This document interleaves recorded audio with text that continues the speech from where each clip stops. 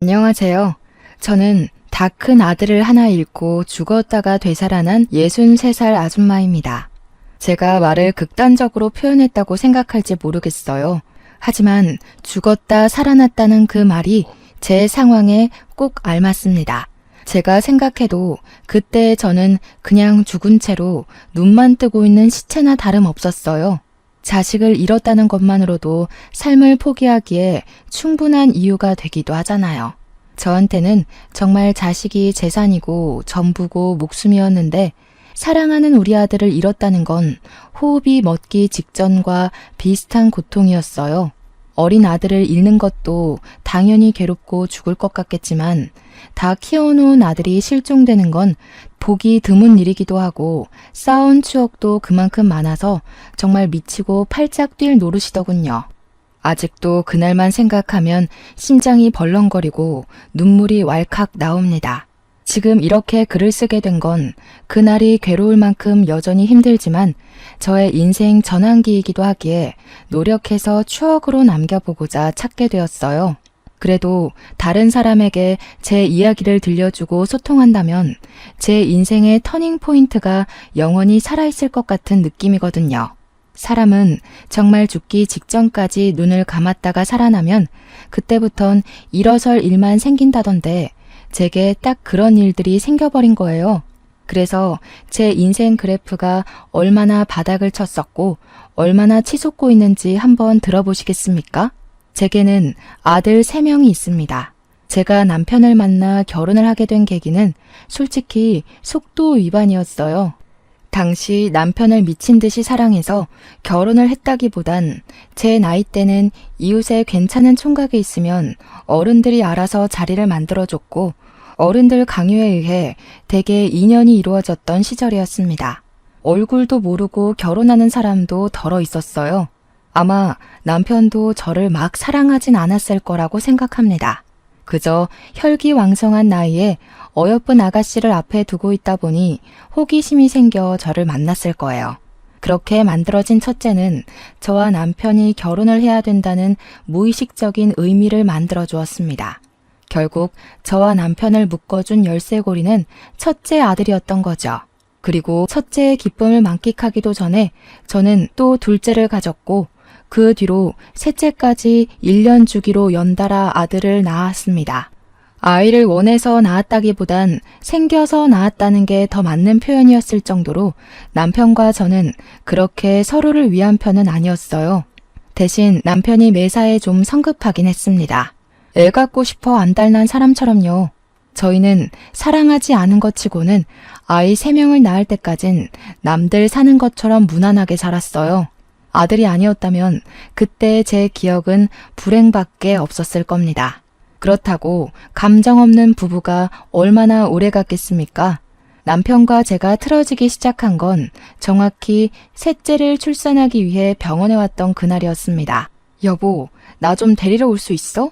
내가 급하게 산통이 와서 아무것도 못 챙겨왔거든. 당신이 좀 와서 봐줘야 될 것 같은데? 뭐야, 엄마가 당신 집에 없다더니 거기 가 있었냐? 무슨 별것도 아닌 걸로 전화질이야. 애 한두 번 낳는 것도 아닌데 웬만하면 알아서 올 수 있잖아. 데리러 오라는 게 아니라 내가 가방을 못 챙겨와서 돈을 안 들고 왔다고. 지금 계산해야 되는데 좀 와줘.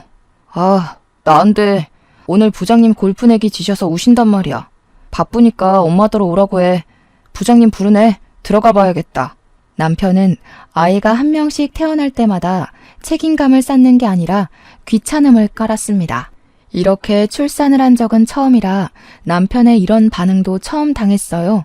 물론 그동안 첫째, 둘째도 저 혼자 낳긴 했지만 그땐 견딜 만한 진통이었던지라 제가 알아서 출산 준비를 다 하고 병원을 갔었거든요.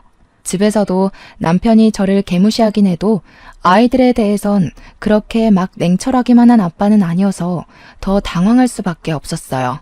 남편의 전화가 무작정 끊겨버리자 병원 직원들 눈치가 보였습니다.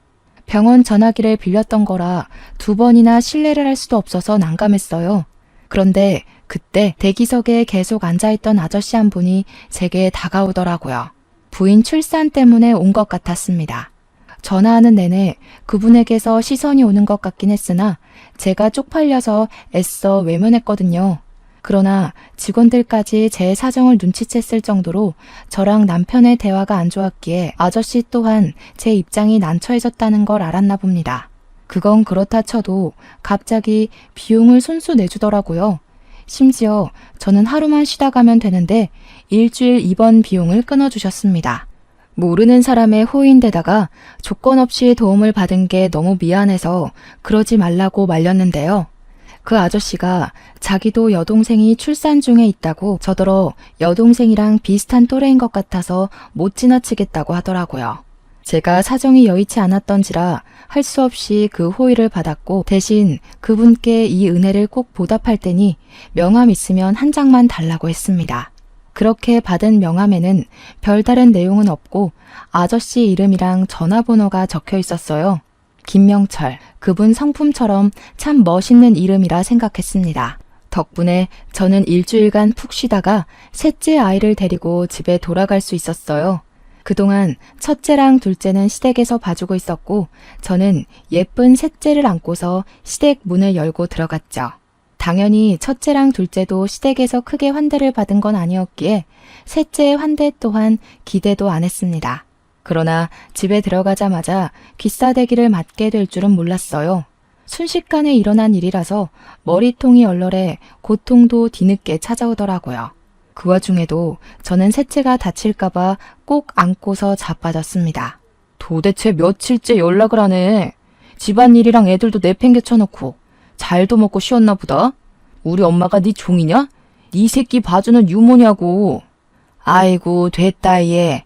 그냥 내버려 둬라. 어차피 조만간 쫓아낼 거 뭐하러 힘 빼. 괜히 몸 안 좋은데 짐 싸는 거나 좀 도와줘. 시모가 둘째를 안고 첫째에게 밥을 먹이면서 하는 소리에 저는 놀라서 움츠리고 있던 얼굴을 들었습니다. 그러자 한 대 더 날라온 손 때문에 저는 완전 신발장에 나뒹굴어 버렸어요. 거센 반동에 셋째가 울기 시작했지만 저는 일단 시모한테 그게 무슨 소리냐고 뭘 쫓아낸다는 거냐고 소리를 쳤습니다. 이 집에서 가장 쓸모없는 게 뭐겠니? 손자 3명이면 너한테 볼 일은 다 봤다. 우리 아들은 마침 괜찮은 집안 여자가 생겨서 거기랑 맺어주려고 하니까 너는 그만 네 갈 길 가봐라. 알고 보니 저와 남편은 어른들이 이어준 사이가 아니었어요.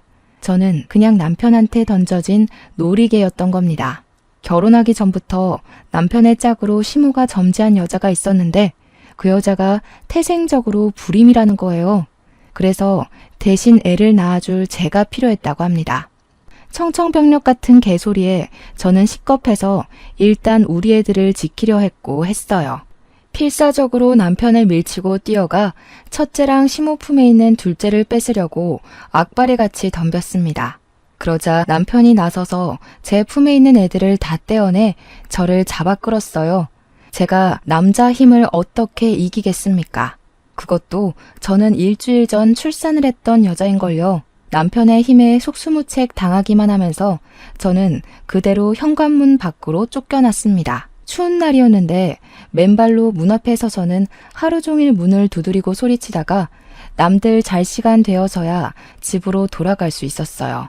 그리고 그날 밤 정말 많이 울었고 제 속에선 정말 많은 감정 변화가 있었습니다.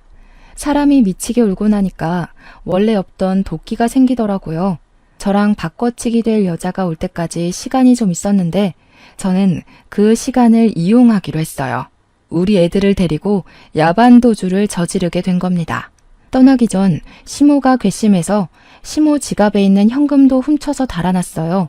그렇게 발목이 나갈 것처럼 도망친 저는 터미널에서 아침까지 버스 시간을 기다리다가 저기 어디 산골 구석에 보육원으로 향했습니다. 그리곤 원장님을 만났어요. 죄송합니다, 원장님. 제발 부탁드릴게요. 면목 없지만 정말 굳은 일이라도 뭐든 할 테니 저희 좀 도와주세요. 가진 돈도 없어서 정말 갈 데가 없어요.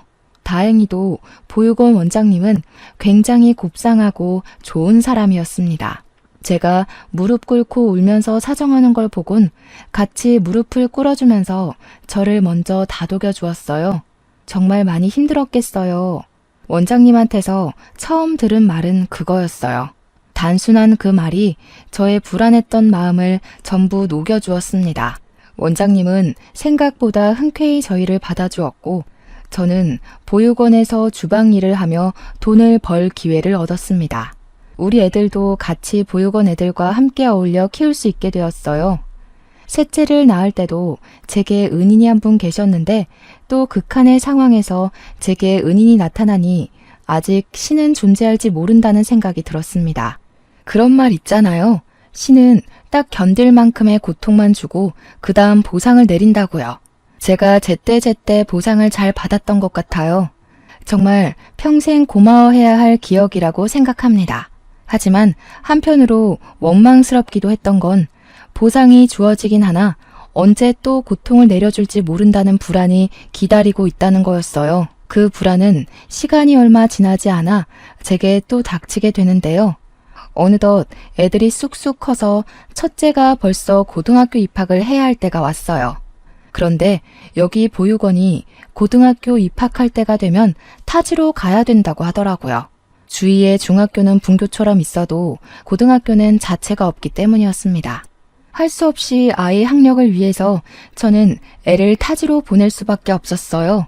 차마 기숙사 생활까진 시키기가 불안해서 저는 첫째에게 돈을 쥐어주며 버스 타고 통학할 수 있겠냐고 물었습니다. 첫째는 참 기특하고 효심이 깊은 아이예요.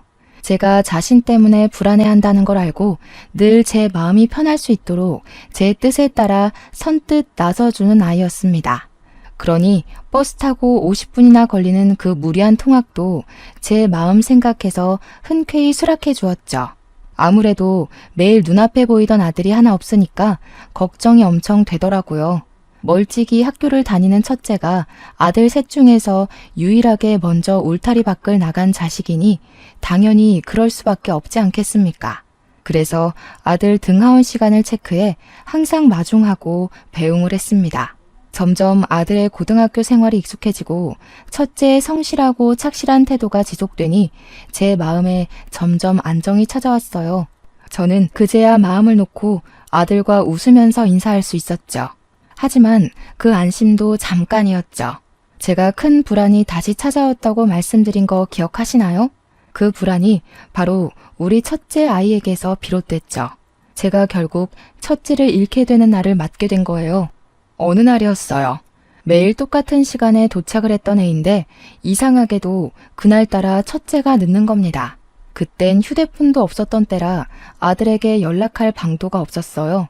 그저 자정이 넘도록 집을 안 오는 첫째 때문에 저는 보육원 밖에서 전전긍긍하였고 뒤늦게 학교로 전화를 해봤지만 너무 시간이 늦은지라 받는 사람이 없었습니다. 제가 할 수 있는 일은 그저 보육원 마당에서 가슴을 떨며 첫째를 기다리는 것밖엔 없었어요. 하지만 제 간절한 바람과 다르게 새벽이 다 지나 동이 틀 때까지도 첫째는 나타나지 않습니다. 결국 다리에 힘이 풀린 저는 주저앉고 오열했죠. 저 때문에 그 당시 보육원 분위기가 무섭게 가라앉았었습니다. 아이들도 보고 있는데 제가 정신 못 차리고 무너져서 울고만 있자 아이들도 저를 많이 걱정하더라고요. 당연히 우리 둘째, 셋째도 저를 보고 있었겠죠. 나중에는 애들도 제게 슬금슬금 다가와서는 큰형 잃어버렸냐고 울먹이면서 말을 하는데 저는 그저 어떡하면 좋겠냐고 우는 것 말고는 애들한테 안심을 주진 못했습니다. 원장님이 우리 첫째를 실종 신고해주고 나서 그 뒤로 위로를 해줬지만 이미 아들을 잃고 미쳐버린 제겐 그 어떤 따뜻한 말도 들리지 않았습니다. 그때부터 저는 일도 못했고 사춘기 시절이라 중요한 시기를 보내고 있는 둘째, 셋째도 못 돌봐줬어요. 그저 방에 누워 시름시름 앓기만 했습니다. 그 사이 시간은 계속 흘러갔지만 제 시간은 첫째를 잃었던 그때로 멈춰만 있었어요. 그래서 죽도 밥도 안 되게 무너져만 있었냐? 그건 또 아닙니다. 제게 시련을 이길 만한 계기가 또다시 찾아와요. 제가 다시 기운 차릴 수밖에 없었던 건 바로 원장님의 제안 때문이었습니다. 내가 한 선생을 얼마나 믿는지 알지? 아직도 한 선생이 내게 찾아준 걸 너무 고맙게 생각하고 있어. 나 여기 보육원 30대 때부터 시작해서 정말 아끼며 키워온 거야. 그래서 물려줄 때도 내가 아끼는 사람한테 주고 싶다고 생각하고 있었거든. 나한테는 한 선생이 그런 사람이야. 그러니 이걸 한 선생이 이어서 받아줬으면 좋겠는데, 저는 그동안 원장님 권유로 사회복지 1급 자격증, 아동 관련 자격증 등등을 공부해서 자격증을 소지하고 있었고, 원장님 말대로 혹시 어디 가서라도 경제 생활에 문제 없도록 앞날을 대비해 놨었습니다. 그게 원장님의 조언이었고, 뭘 잘 모르는 제게 알려주신 살아가는 방법들이었어요. 그런데 알고 보니 그게 그런 뜻이 아니었더라고요. 원장님이 제게 자기 자리를 내주려고 그동안 저를 준비시켰던 거였어요. 그리고 저는 그 제안을 받은 날 원장님에게 시간이 얼마 없다는 것까지 듣게 되었습니다. 원장님한테 차를 대접받으면서 들은 건데, 원장님은 나이 때문에 병이 찾아와 암에 걸리셨다고 했어요. 이미 손 쓸 수 없는 말기여서 항암 치료는 포기했고 다음 주에 호스피스 병원에 입원을 한다고 합니다. 그 소리를 듣고 제 가슴이 또 얼마나 사무치게 아프던지, 하나를 얻으려면 하나를 잃어야 하고 하나를 잃게 되면 또 하나를 얻게 된다는 게 삶의 이치라는 거 잘 알고 있었어요. 하지만 그 과정이 너무 고통스러웠습니다. 그렇게 원장님은 끝까지 이악 물고 힘내서 보육원 아이들과 작별 시간을 보냈고 제게 인수인계를 해주다가 병원으로 가셨어요. 다행히 호스피스라서 병원이 같은 산골 지역에는 있더라고요. 저는 그렇게 원장님 가시는 날까지 보육원과 병원을 오가면서 곁을 지켜드렸습니다. 마지막 날에는 원장님 손에 보육원 아이들 사진도 쥐어주었어요. 그리고 원장님이 눈을 감은 날, 저는 경찰한테서 아무래도 첫째가 죽은 것 같다는 소식까지 접하게 됐습니다. 그땐 CCTV도 별로 없을 때니까 몇 년 동안 실종자가 나타나지 않으면 부모에게 허락받고 사망 처리를 하기도 했거든요. 원장님 세상 뜬 날에 첫째 소식까지 겹치니까 제가 여태껏 겪었던 고통은 아무것도 아니었다는 걸 알았어요. 그날이야말로 제 인생 최대의 지옥이었고 무덤 속이나 다름없었습니다. 제가 많이 나약한 사람이라는 걸 그때 뼈아프게 느끼기도 했어요. 하지만 제가 마냥 이 잘못 없는 아이들을 두고 좌절만 하고 있을 순 없지 않습니까? 첫째는 끝내 제 품으로 돌아오지 못했지만 우리 둘째랑 셋째를 위해서라도 무조건 살아야겠다는 생각을 했어요. 아픈 만큼 단단해지고 강해지는 건 맞더라고요. 그렇게 정신없이 버텨내다 보니 첫째가 신기루처럼 사라져버린 지 어느덧 15년 정도가 흘러갔습니다. 우리 아들 둘은 벌써 성인이 되어 다 직장 생활을 하게 되었고 일주일에 한 번씩 보육원에 와서 아이들이랑 놀아주는 봉사를 자처하며 지내고 있었어요. 그날도 마찬가지였는데 그날은 또 날씨까지 좋아서 모두가 마당을 뛰어노느라 땀 범벅이 되어갔습니다. 숲 내음과 아이들의 웃음소리를 동시에 느낄 때면 저는 그게 제 마음의 안정제가 됐어요. 그래서 더 보육원을 떠나지 못했나 봅니다. 땀을 흘린 아이들에게 시원한 비빔면을 해주는 게 좋을 것 같아서 주방 선생님과 아동 지도 선생님들께 따로 부탁을 했습니다. 그때였어요. 원장실로 의문의 번호로 전화가 왔는데 받아보니까 우리 보육원에 후원을 했었다는 후원자분의 연락이더군요. 후원자가 오랜만에 다시 보육원을 찾은 이유는 자기가 곧 퇴직을 앞두고 있는데 퇴직하면 재산의 절반을 보육원에 후원하고 싶다고 연락하신 거더라고요. 돌아가신 원장님과 인연이 참 깊은 분인 듯 했습니다. 그래도 저희가 굉장한 재산을 후원받는 건데 마냥 전화상으로만 받고 지나가기 좀 그렇지 않겠습니까? 원장님도 후원자분들에게 늘 상냥하고 최선을 다하시는 분이셨거든요. 내 돈을 그냥 주는 건 절대 쉬운 마음이 아니라고. 원장님은 항상 후원자분들의 시간과 마음을 그 가치만큼 높여서 존중해 주었습니다. 그래서 저도 후원자분께 너무 감사한다고 시간 나면 들러달라고 꼭 부탁했죠. 그렇잖아도 보육원 사정이 여의치가 않아서 부식된 인테리어들을 겨우겨우 고쳐가며 관리했는데 후원자 덕분에 싹 리모델링을 할 수 있겠더라고요. 너무 감사했고 덕분에 한숨 돌릴 수 있었습니다.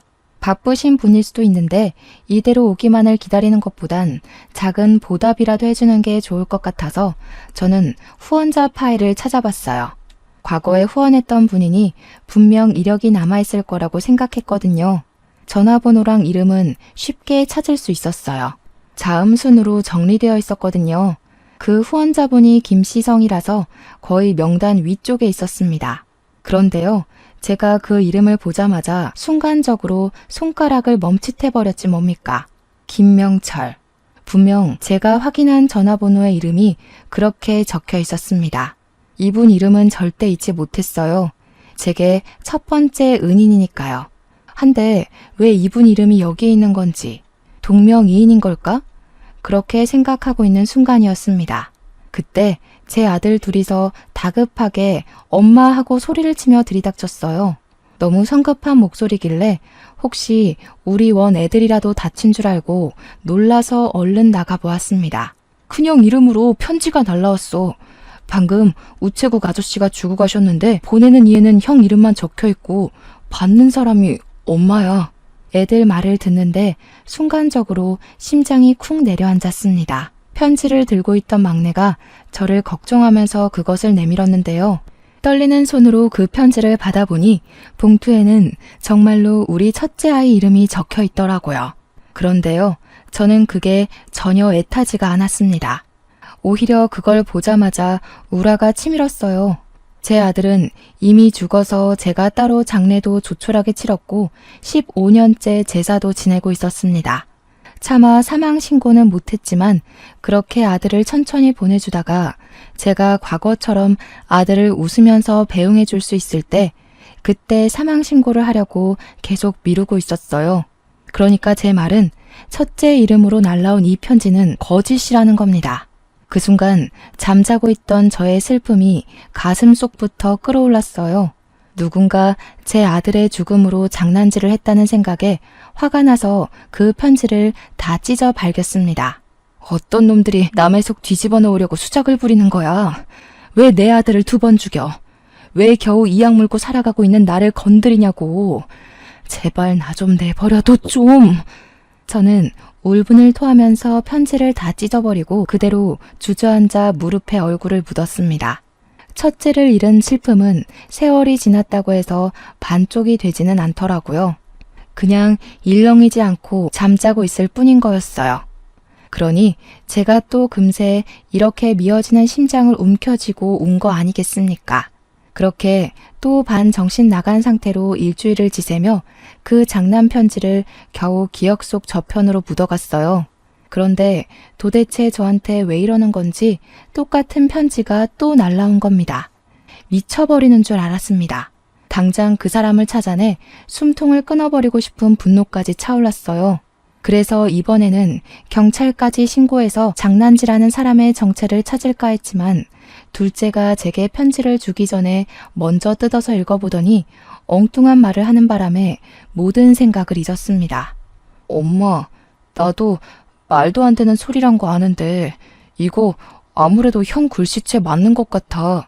내가 형한테 과외받아서 형 글씨 제일 잘 알잖아. 혹시 형 안 죽은 게 아닐까? 형 시신도 어디 있는지 모르고 사실 죽은 게 아니라 행방불명인 거잖아. 너까지 왜 이래? 엄마가 얼마나 힘들게 지내왔는지 몰라서 그런 소리를 해? 너희까지 이러면 엄마 진짜 숨 못 쉬어. 제발 엄마 좀 도와줘, 응? 제가 아무리 호소를 하여도 아들 둘은 편지 뜯어보는 데만 정신이 팔려 있었습니다. 평소 제 말에는 귀를 쫑긋 세우며 잘 들어주던 아들들인데 그날만큼은 제 말을 아예 들은 채를 안 했어요. 그러면서 아까 했던 말, 첫째 필기체 같단 소리만 계속 반복하길래 더 이상 못 보겠어서 저는 애들한테 아예 돌아서 버렸습니다. 너무 슬퍼서 머리까지 터질 지경으로 아팠으니까요. 그런데 이제는 막내가 원장실 서랍에서 첫째가 썼던 노트까지 하나 챙겨오더니 편지랑 비교를 해보더라고요. 그 노트는 제가 차마 태우지 못한 아들의 물건 중 하나였습니다. 고등학교 입학하기 전 아들이 공부한다고 썼던 노트거든요. 제발 그만했으면 좋겠는데 이젠 더 이상 희망 고문 당하고 싶지도 않고 또 실망하며 무너지고 싶지도 않아서 제발 애들이 멈춰주길 바랐습니다. 하지만 그때 아들 둘이서 노트랑 편지를 비교하다가 큰 함성을 내지르며 유난을 떨길래 다시 한번 쳐다봤어요.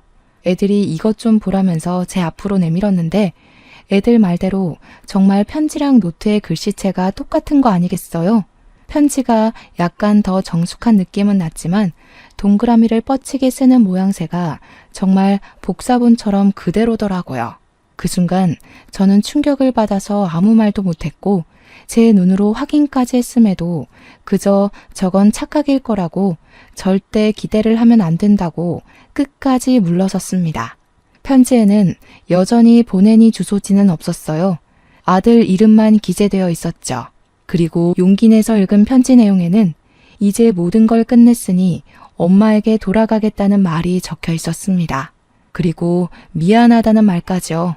그렇게 며칠 동안 편지만 반복해서 읽으며 대체 이게 뭘까 진지하게 마주해 봤습니다. 그리곤 저에게 정말 믿을 수 없는 기상천외의 일이 발생하고 말아요. 잠깐 지도 선생님들이 맡겨놓고 간 아동일지를 정리 중이었는데요. 순간 어디서 엄마 하는 소리가 어디서 들리는 겁니다. 제 몸의 온 세포가 반응할 만큼 익숙한 우리 아들의 목소리였지만 당연히 제가 착각한 거라고 생각했어요.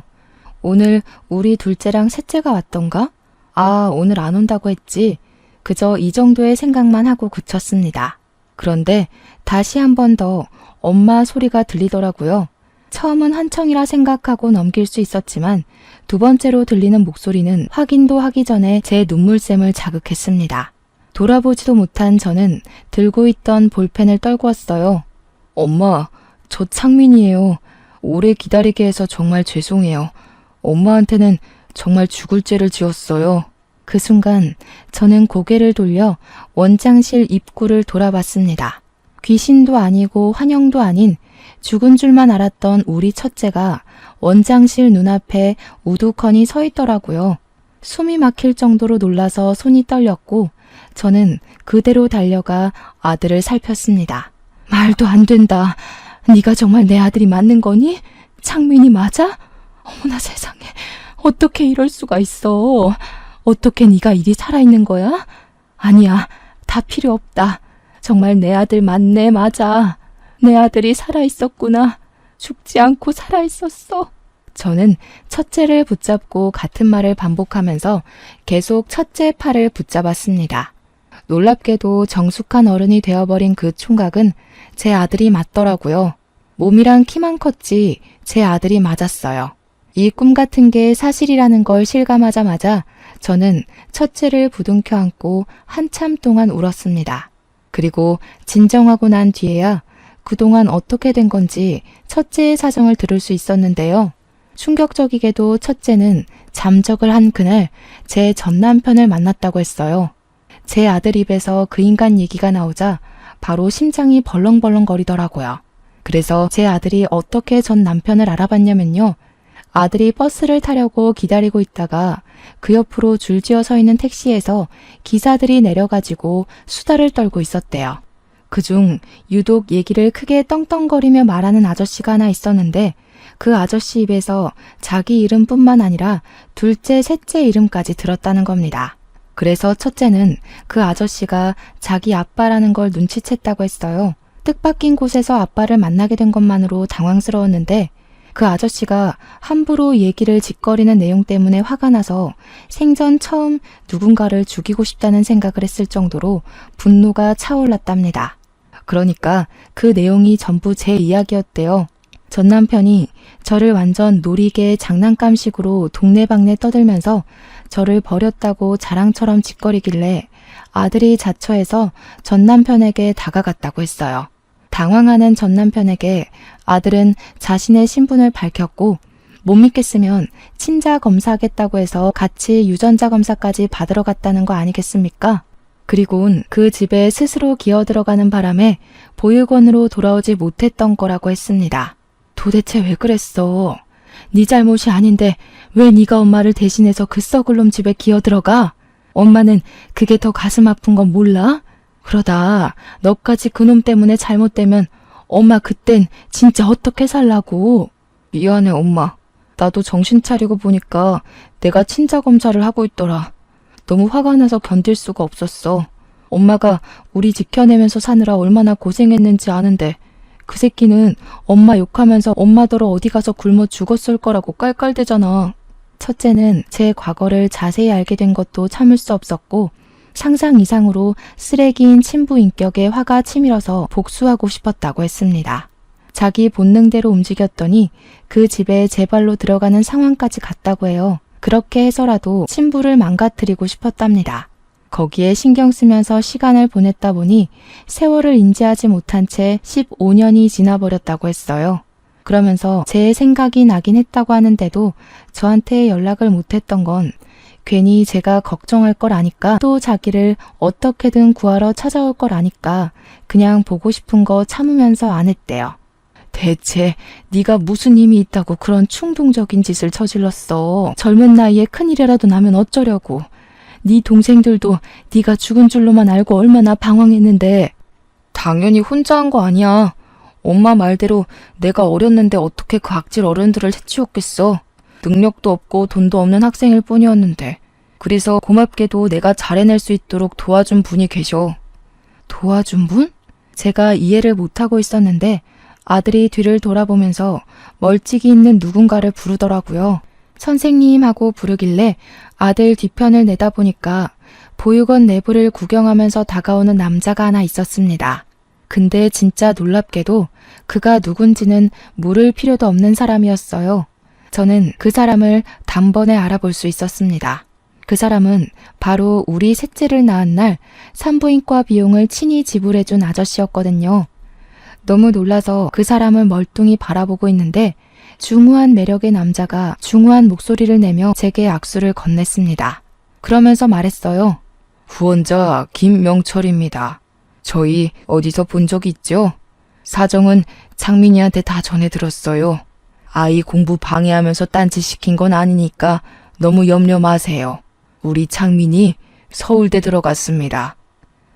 어디서 익숙한 듯 했던 전화번호, 동명이인인 줄 알았던 이름과 전화선상으로 익숙했던 그 목소리. 역시나 제 과거의 은인이 맞았습니다. 저는 그 순간 입을 틀어막으며 숨을 멎었어요.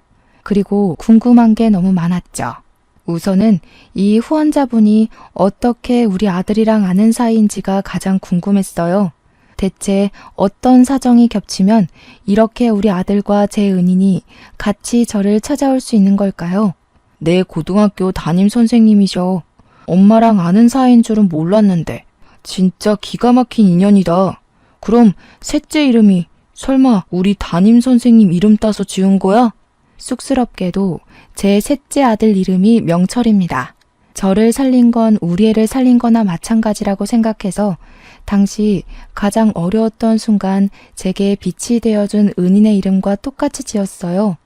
첫째가 그 사실을 발설하자 은인도 하하 웃으면서 그랬었냐고 그 정도로 감명 깊게 받아들여줘서 고맙다고 했습니다. 어쨌든 첫째의 말은 전 남편을 따라 이적했던 고등학교에서 은인을 담임으로 만났다고 했어요. 몰랐는데 우리 아들은 전 남편 강요 때문에 이름을 바꾸며 생활했더라고요. 그래서 경찰 측에서도 못 찾았던 것 같습니다.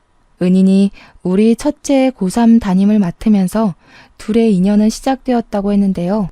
진로 상담을 위해서 1:1 상담을 하는 게 고3 원칙인데 거기서 이런저런 얘기를 하다가 첫째가 보육원에서 자란 얘기를 해줬고 과거에 같은 보육원으로 후원한 적 있었던 은희는 우리 아들을 더 친숙하게 대하기 시작했답니다.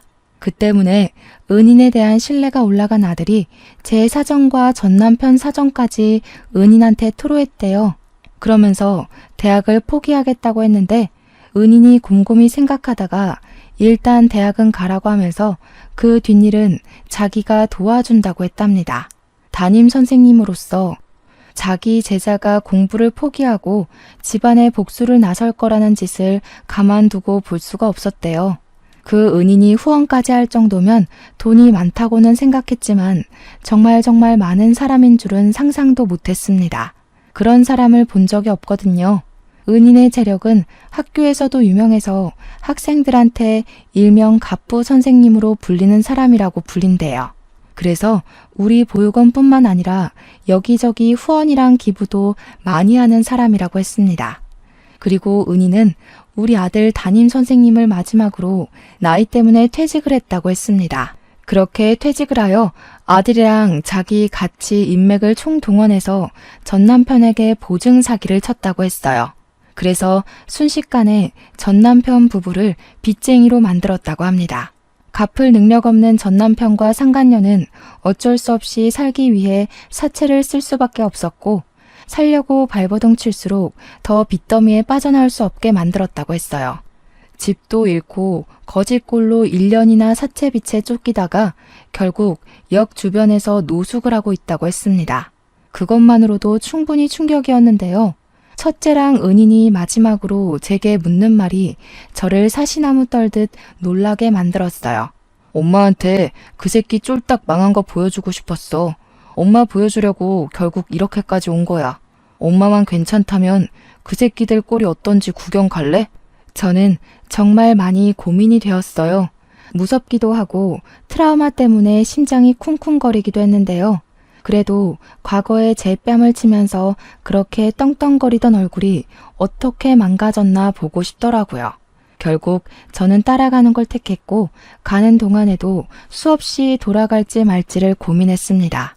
하지만 고민만 하다 보니 금세 역에 도착하더라고요. 은인이 안내해주는 대로 조심스레 따라갔는데 그곳에는 정말 벌레 꼬이게 생긴 두 연놈들이 고개를 쳐박고서 사람들 돈을 구걸하고 있었습니다. 꾀지지한 차림새를 보면 자칫 전 남편인지 잘 못 알아보겠는데 전 남편이 신고 있는 슬리퍼를 보니까 알겠더라고요. 그 슬리퍼 신은 발에 제가 차인 적이 있었거든요. 와, 근데 정말 전 남편을 저렇게 보니까 과거의 모습 온데간데 없고 완전히 다른 사람처럼 보였습니다. 가까이 다가가니 생각보다 훨씬 더 가관이기도 했고요. 한 푼만 줍쇼. 4일 동안 아무것도 못 먹었습니다. 불쌍하게 생각해 주시고 제발 단돈 100원이라도 던져주세요.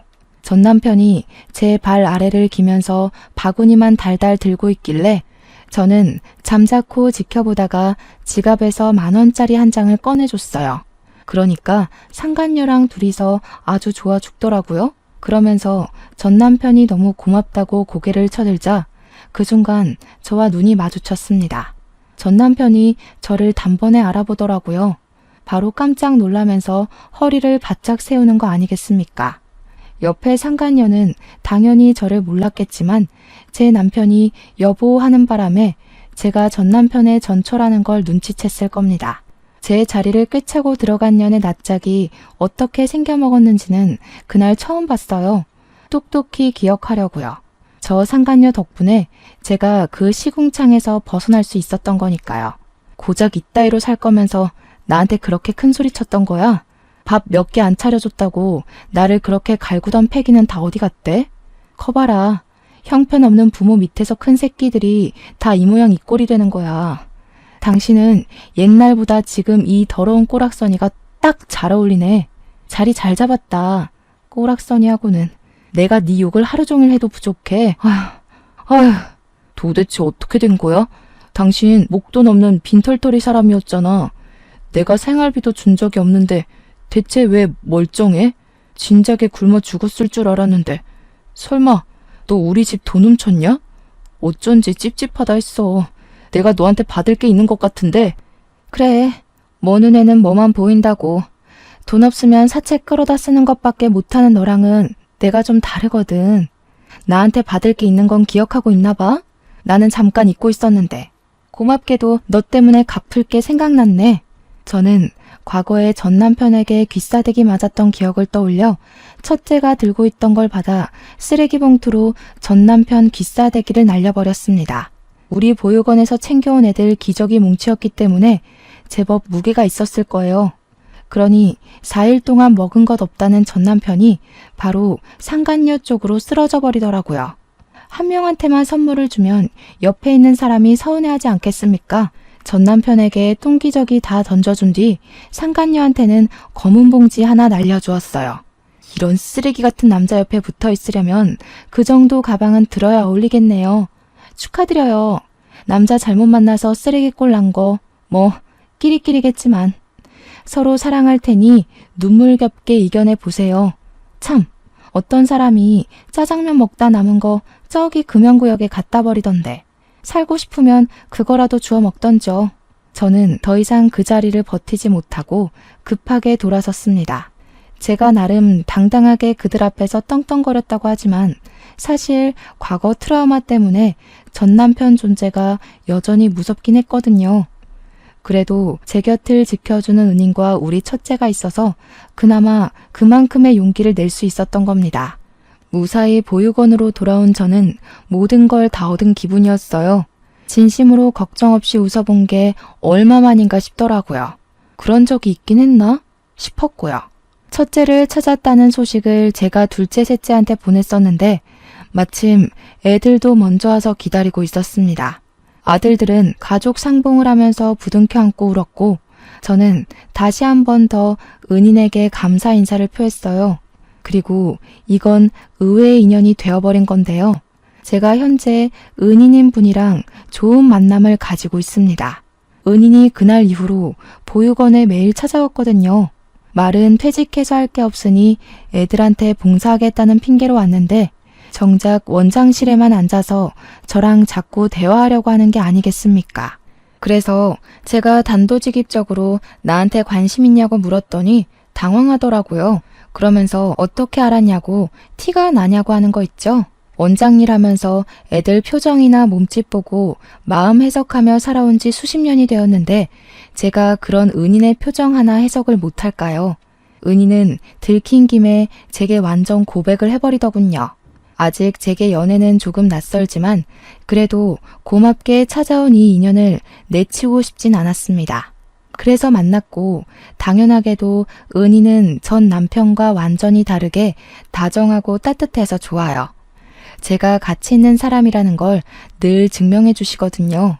그래서 저는 아직까진 더 이상의 난관 없이 무탈하게 지내고 있습니다. 저를 지켜주는 든든한 내 남자 덕분에 미래로 나아가는 것도 두렵지 않아요. 우리 식구들만 있다면 저는 쭉 이렇게 행복한 보상만 받게 될지도 모르겠네요. 여기까지가 제 사연입니다. 확실히 흔한 이야기가 아닌 건 맞죠? 쓰는 내내 과거의 기억이 떠올라서 심호흡을 몇 번이고 들이마시길 반복했어요.